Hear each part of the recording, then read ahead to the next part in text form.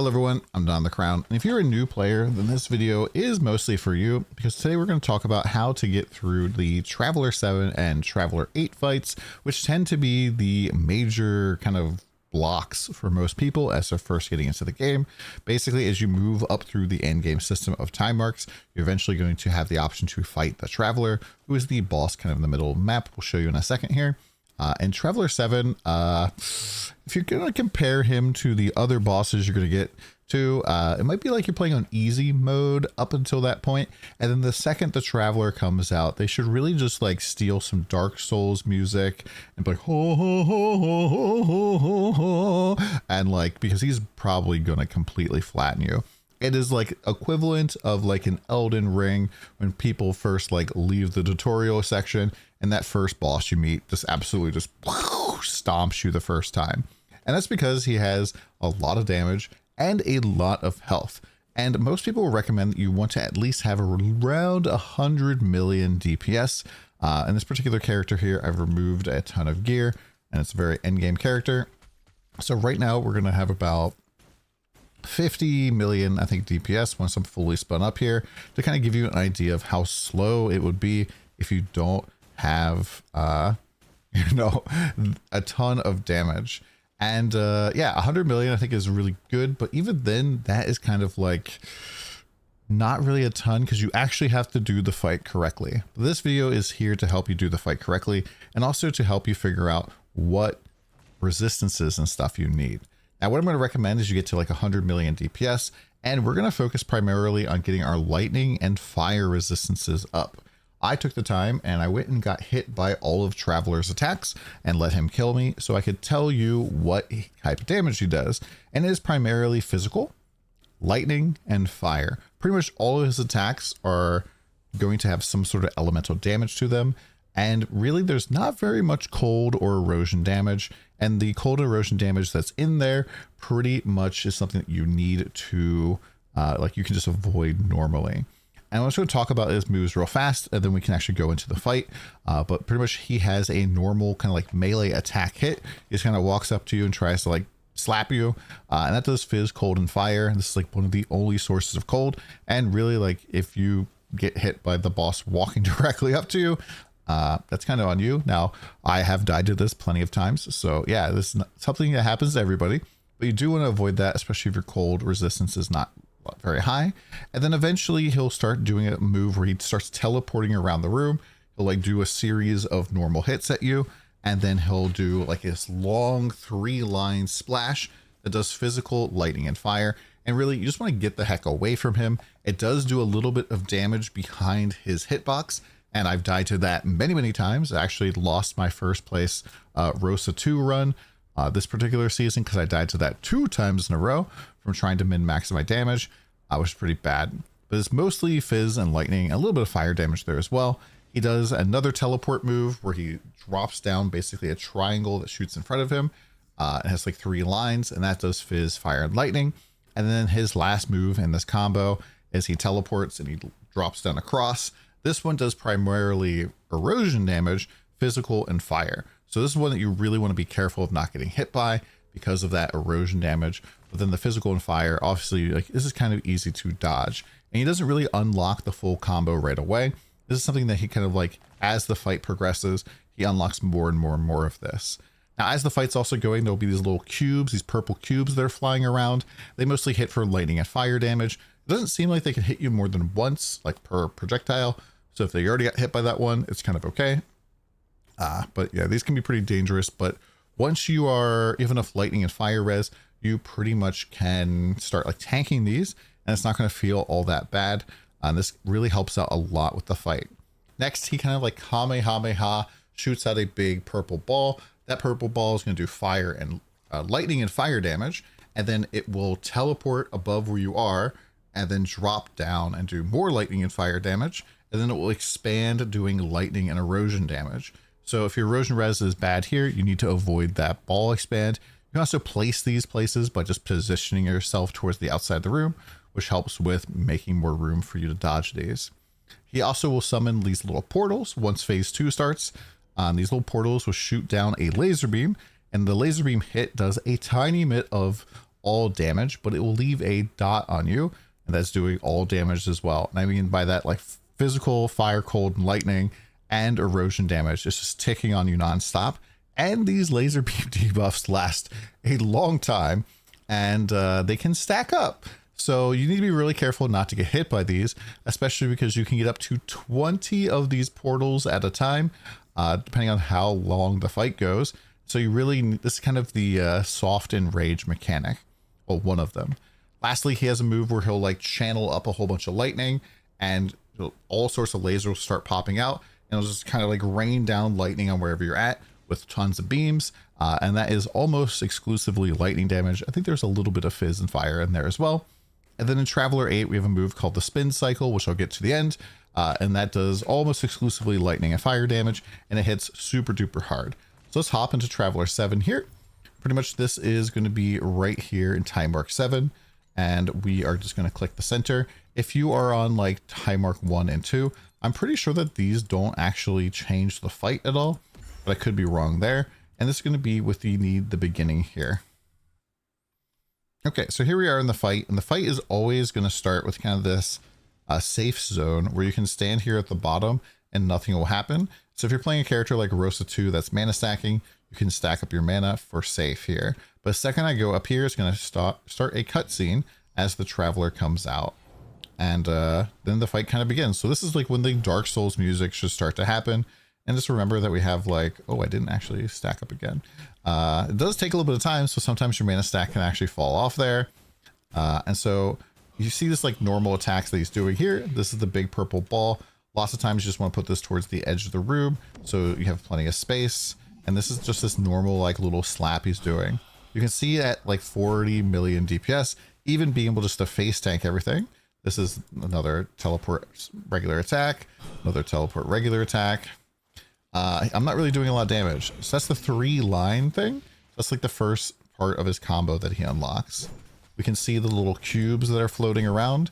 And one thing that's kind of interesting is if you're playing a ranged character, lots of times he'll try to walk up to you. Oh, he's teleporting now. These are teleport things. And he's going to do his 3-line mechanic there. So that does damage like behind him as well. You have to be very careful. But lots of times when he's trying to walk to you like this, you can pretty much just kite him forever. Like if he doesn't actually get in melee range of you, he is just going to walk around for a long time. I guess he does teleport. He'll walk around for a very long time before he'll teleport to you. Maybe not forever, but you know. And so this line move here does a ton of damage. You need to be really careful of that. This character is incredibly tanky, by the way, so I'm not really going to take any damage unless I let him do me damage. You can just see we can just continue to deal damage to him. This is kind of phase 1. It's very slow. It's very easy to kind of read his attacks. And you really want to be spending the time to kind of figure out what he's doing and like how to deal with it and how to deal with all the stuff, because it's only going to get more complicated as the fight goes on. And yeah, we're just slowly whittling him down. Like I said, you definitely want to have more damage than this, probably like double this damage, because this is even like with 100% uptime, we are just barely moving his health.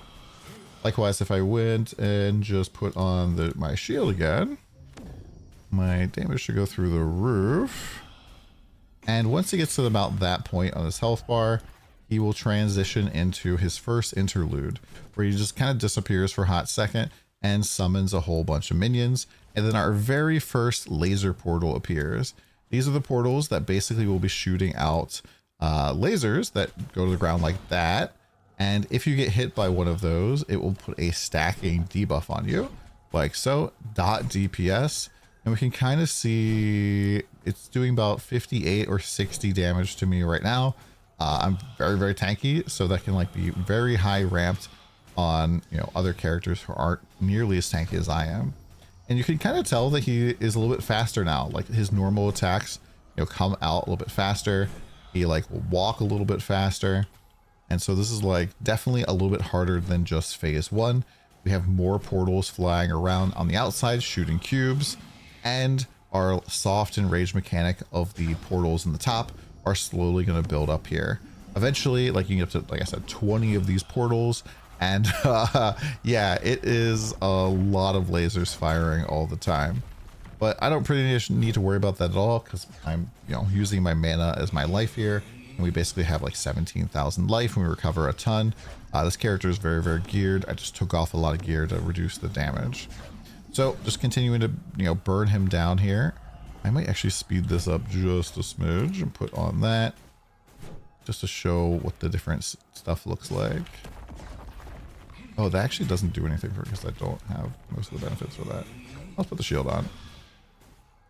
I just want to show off the big laser beam move. Okay, so he does this. And he's really big channeling up. And then all of these portals start to appear. If you stand still, you are going to die. Because it just shoots a ton of lightning damage at you.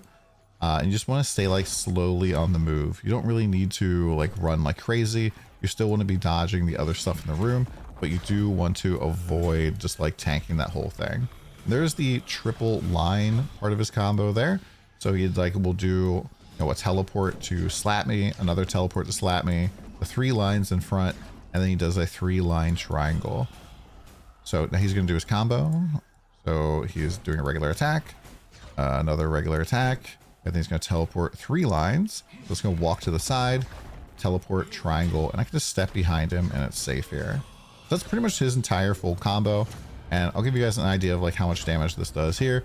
I'm just going to let it hit me through my mana without recuperating. So that was like, maybe like 19,000 damage. That's quite a bit. Definitely don't want to get hit by that. Let's move into the third phase here. And third phase is pretty much just the same thing, but just kind of faster. More portals continue to spawn. In the interlude here, we're going to have a whole bunch of ads that come out. As soon as we kill all of the ads, he's going to come back. I'm going to take the shield off again. Just going to slowly beat DPS him. And really, this is kind of like where you really want to do as much damage as you can. You probably could potentially pick up a slate or a belt or something that would give you the ability to eliminate enemies. So things that you could potentially look for are this legendary amulet here. This can be either very expensive as the league starts, or it becomes a lot cheaper later on. Eliminates enemies under 10% life on hit. Also, if you can spec into, I believe it is in God of Might. If you're already in God of Might, taking elimination allows you to eliminate him once he's at 18% health. That does help out quite a bit with making the fight faster. You can also get elimination on a belt, but it's probably super expensive at this point at Traveler 7. So you can see he kind of does the normal attacks. He's going to teleport slap again. He's going to do teleport 3-line attack. He's going to teleport triangle attack. And then he's going to do his teleport and then X attack. So that X attack does a lot of erosion damage. So you really just want to avoid that. The real trick to this fight is just avoiding all of the other shenanigans that are going on in the fight while you're killing him.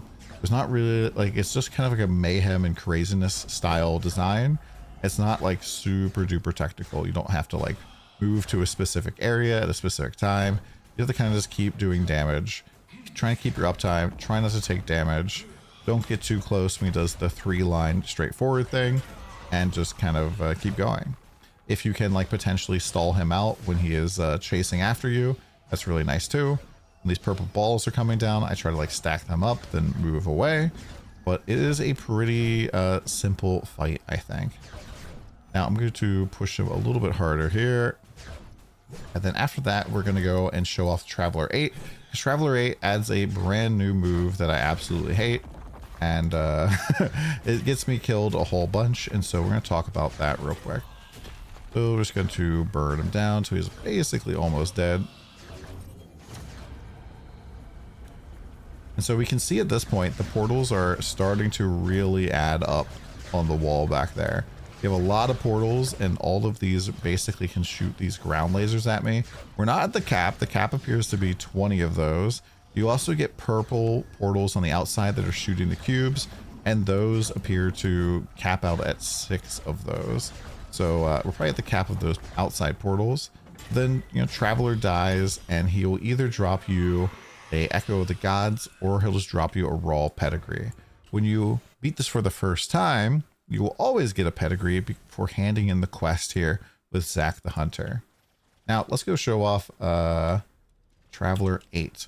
There's really only 2 difficulties for this boss because the Traveler 8 difficulty and the Profound Time Mark 8 are actually the exact same boss with the exact same scaling, I believe. And so if you can beat Traveler 8, you're pretty much good to go. Now people will say 100 million for Traveler 7, and you're probably going to want about 10 billion for Traveler 8. And yes, I know that's a pretty big jump, but going and getting like tier 1 modifiers and getting like legendaries and slates and all that kind of stuff really just scales up. This is the type of game where your damage can go from like the millions to the billions to the trillions in just a couple of days, and you know, it'll scale up pretty well. So for the most part, the fight is going to be pretty similar here, with one exception, which is after we go into phase 3, he's going to immediately do what I call the spin cycle attack. And it is incredibly dangerous because he'll basically shoot out these purple portals from himself. And these purple portals will, they not only hit you as they move, but also start shooting out like empowered versions of the cube. And the empowered cubes just do a ton of damage. I don't know how much damage I have on this character right now. I'm still missing like all of my supports and my auras and stuff, but you kind of get an idea. And yeah, this boss can be pretty difficult, but it is very satisfying once you clear it for the first time. So just like in Traveler 7, he has the same attacks. He's trying to do the regular attack. He's trying to shoot balls at me. They're going to drop down. You just kind of like can handle this exactly the same. There's not really much change here. He might be a little bit faster, but I don't believe so. It's about the same. It's like standing there is actually kind of a sus spot for that particular move. I just move away from the triple line move now. You'll also think that the portals on the side might charge up a little bit faster, but yeah, I'm not 100% positive about that. As you can see, my character can just face tank everything, so it's just totally fine. I'll check the DPS on this after this to kind of give you an idea. Probably like several billions at this point. Okay, so the very first thing you want to do once you go into phase 3 is you want to position yourself down here. I believe it's like right here, because the portals are going to pop out of him, and they kind of go here and here. If you get hit by one of them, you will almost certainly die. So there goes portals, and it just shoots out these purple cubes, and you can go and chase them around in a circle. Now, if you have any like spirit maguses or minions, they can actually intercept these cubes and tank them. And he will always do 2 of these spin cycles, like, you know, every single run. So you have to kind of deal with them. And he even will have kind of like an immunity phase if you haven't completed both spin cycles. And sometimes he can like go and do a spin cycle right after another spin cycle. I've even seen him do first spin cycle, second spin cycle, right into a third spin cycle, which is very dangerous, especially if you get the purple balls to drop down inside of your run and you don't necessarily have a ton of survivability. But I'm going to show you kind of some things that you can do with that. So he's going to do spin cycle here at any moment.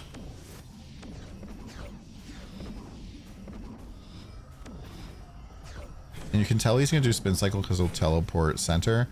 And like if he starts taking 0 damage like this, that means that he's ready to do spin cycle. Oh, he's going to do laser beam up for first. He's stalling the content. Come on, sir. So after this, he's 100% going to go for it. So I'm going to stand down here and kind of be ready for it. And so another thing you can kind of do is you can just step between these little squares. There's enough space, especially at the very bottom, that you can do that, but you have to watch out for that laser that is showed. I'm pretty sure that laser could kill my character. So it hits it's insanely hard. It's an anti-AFK mechanic, but you can sneak your way through this like quad laser there. And then he should pretty much be killable from this point. And you can go and collect your loot from him. Having like elimination or something really does help here. Like for example, if I just put on this belt that has elimination, he just dies. And we drop some Echo of the Gods. And yeah, that's pretty much it. I don't know if there's anything else that I want to recommend with this particular boss. It was definitely very difficult the first time I did it, and it can be very frustrating when you're first trying it out, especially because in order to get the materials to fight the boss, which are like the beginning for the Traveler 7, the end for the Traveler 8, and then Profound has his own tickets, the beginning of the end. All of these come from killing watchers in the different regions. These can be a little bit frustrating if you're like, I almost had it, but I died. You can just buy these from other people. Like if you really want to. Right now the prices of these are pretty crazy, but like you could just buy these from other people and go and do another thing. And yeah, that's pretty much it. I highly recommend learning to do this fight on your own and not trying to get help from anybody else in chat, not trying to get a carry from anybody else, because that kind of ruins your own personal experience and also kind of just takes away some of the motivation from playing the game. I know that a lot of people like want to get a Traveler 8 carry, but I think that it is just such a good feeling to unlock that for yourself and to figure out how to min-max your build and how to start to put the pieces together, because Traveler 7 and Traveler 8 are really just kind of the appetizer for the game. And if you don't really figure out how to put those pieces together, then you're really just shooting yourself in the foot. And there's no real point really to me to like doing that to yourself. The game is super duper awesome. There's so much depth, especially in the end game. And so I hope that you guys are able to have a great time with it. If you guys want to come check me out, I'll probably be live streaming a whole bunch on the League launch. We're playing Bing 2. I'll see you guys again soon.